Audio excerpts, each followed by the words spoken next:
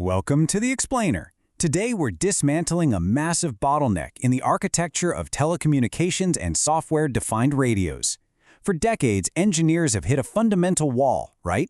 While filtering and downconverting signals are highly parallel and incredibly fast processes, recovering the phase and timing of those signals acts like a giant sequential traffic jam. You simply cannot process the current data point without knowing the result of the previous one.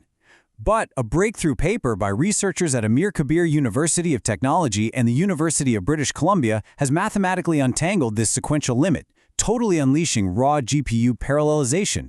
We're going deep into the algorithmic theory and the strict CUDA implementation details today, so let's get right into it. Okay, let's dive into this. To really understand the scale of this breakthrough, we have to grasp what this massive number actually represents: 1.92 GSymbol per second. In standard, real-world applications, classic sequential phase-locked loops, or PLLs, hit a hard ceiling. Because they rely on a strictly serial feedback loop, their throughput usually maxes out at a mere fraction of this speed, which ultimately bottlenecks the entire receiving chain. But by tearing the traditional Costas loop down to its mathematical studs and rebuilding it specifically for the streaming multiprocessors of an RTX 3080 GPU, these researchers achieved a processing rate up to 1,000 times faster than standard sequential bounds. It's an absolute paradigm shift for software-defined processing. Let's trace a signal through a standard SDR pipeline to see exactly where this breakdown happens. At the top of the chain, the early stages are lightning fast. The digital down converter, which shifts the radio frequency to baseband, and the matched filter, which maximizes the signal-to-noise ratio, operate on completely independent data samples. This means they can be processed on a standard GPU at up to 1.5 gigasamples per second. But then, the pipeline hits a literal wall at the timing recovery and PLL blocks. Standard algorithms like the Gardner method and classic Costas loops require the output of one symbol to calculate the correction for the very next one. They strictly forbid parallelization. This serial dependency drags the entire system's throughput down to a sluggish 600 kilosamples per second, creating a massive computing imbalance. The architectural reason for this bottleneck is deeply embedded in the math of carrier recovery. In a modified Costas loop, the incoming signal passes through a Hilbert transform to create an analytical signal, essentially a complex pre-envelope. Now, the critical failure point for parallelization happens right at the phase error detector, or PED. The PED takes the input streams and calculates the phase deviation using signum functions, extracting the sign of the in-phase and quadrature components. This error signal then feeds into a loop filter to adjust the voltage-controlled oscillator, which continuously corrects the incoming phase. The sequential trap is inescapable, right there in the feedback loop. Mathematically, to extract the nth symbol and correct its specific rotation, the voltage-controlled oscillator absolutely requires the phase error estimation from symbol n-1. You cannot process symbol 100 without first letting the loop filter settle on symbol 99. So how do you actually parallelize a feedback loop that mathematically requires the past to predict the future? Well, the researchers devised a brilliant three-step algorithmic workaround. First, they take a massive frame of symbols and chop it into smaller subframes, but crucially, they leave exactly one overlapping symbol between adjacent subframes. Second, they apply a forward-backward strategy.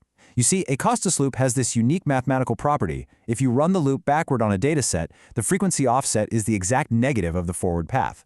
So, they run the sequential PLL forward, preserve the lock state at the end of the subframe, and immediately run it backward. Finally, they tackle phase ambiguity.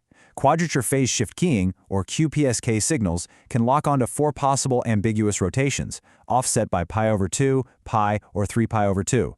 By comparing that single overlapping symbol between subframes, they create a sort of mathematical Rosetta Stone. This easily detects the exact phase mismatch delta and corrects the rotation across the entire block simultaneously. Translating this mathematical theory to raw GPU hardware meant building three highly specific CUDA kernels under the hood. First up is the FB Costas loop. This kernel assigns one complete subframe to a single GPU thread, calculating the loop both forward and backward. Crucially, it relies entirely on the thread's fast local registers to store loop states. That's absolutely vital for GPU latency hiding and keeping the arithmetic logic units fed without stalling out. Next is the mismatch detection kernel. This compares the ending phase of one frame with the beginning phase of the next to calculate that precise phase angle gap. Finally, the mismatch compensator kernel executes. This one is computationally very lightweight. It essentially just performs a highly parallelized complex multiplication across the array, rotating all the complex symbols in the subframe so they perfectly align with the absolute phase of the entire dataset. But getting the algorithmic math right is really only half the battle. In CUDA programming, memory architecture can make or break your throughput. If you store the input frames in a linear array, thread 0 accesses index 0, thread 1 accesses index L, thread 2 accesses 2L, and so on. This creates fragmented, non-coalesced memory lines, forcing a turtle-like processing bottleneck as the GPU executes multiple, separate memory fetches. To solve this, the researchers completely transpose the input array. Now, successive threads in a warp of 32 access adjacent, successive memory addresses.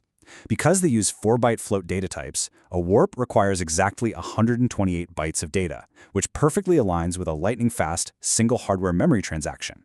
Furthermore, they strictly optimize the loop to use exactly 30 registers per thread, staying well under the hardware limit and allowing maximum concurrent occupancy on the streaming multiprocessors.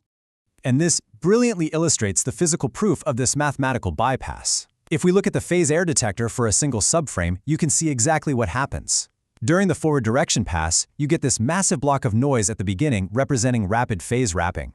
The voltage-controlled oscillator is aggressively hunting for the carrier frequency, effectively throwing away data until it finally achieves a solid lock near the end of the 8,000 symbol frame. But then, observe the backward direction pass. Because the backward pass initializes using the perfectly locked state achieved at the very end of the forward pass, that transient response is entirely bypassed. The PED reads as a virtually flat line. The backward pass perfectly compensates the phase for the entire frame instantaneously, without losing a single symbol to lock time.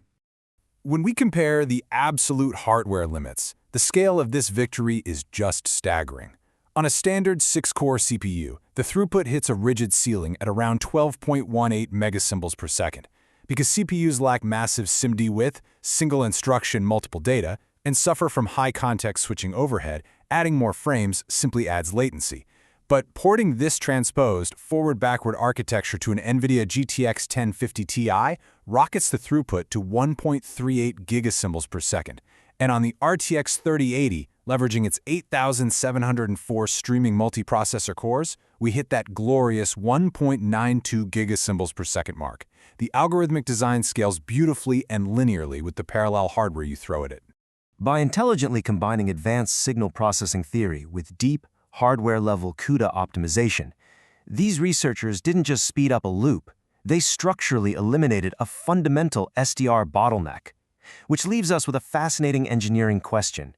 If we can mathematically untangle the strict sequential dependency of a phase-locked loop to unlock gigabit per second GPU performance, what other supposedly impossible telecommunication bottlenecks are just waiting for a parallel breakthrough? That's all for this explainer. Keep optimizing.